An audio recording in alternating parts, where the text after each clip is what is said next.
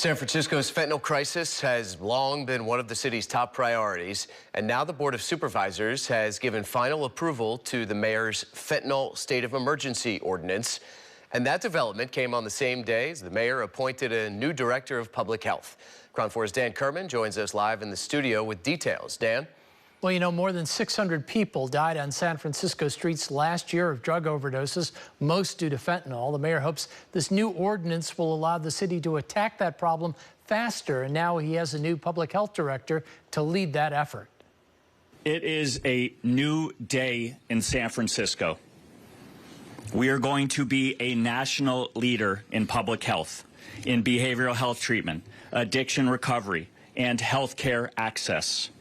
Big commitments Tuesday from San Francisco Mayor Daniel Lurie as he announced the appointment of a new leader to head up the San Francisco Department of Public Health and help tackle the city's fentanyl crisis.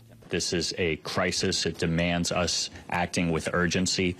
Dan understands that. He's compassionate, he's tough, and he knows how to get big things done, and that's what we need to do here. This is a crisis the likes of which we have not seen before. Dan is Dan Tsai, who most recently led the nation's Medicaid program for the Biden administration and ran the Medicaid program for the state of Massachusetts before that.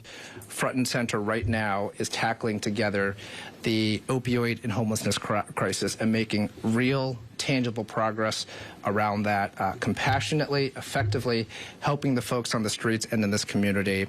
There's so much to do there. I'm ready to dig in and roll up our sleeves. The ordinance is finally passed. Just hours after the announcement, the San Francisco Board of Supervisors gave final approval to the mayor's fentanyl state of emergency ordinance.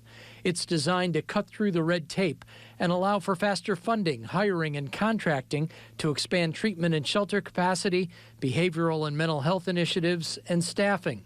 It also allows the mayor to get funding from private donors. This is a crisis the likes of which we have not seen before. I mentioned before, but I'm going to say it again.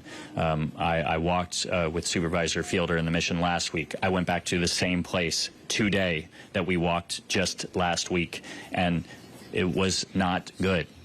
We have so much work to do. I am not going to give up. You know, I talk about this every single day.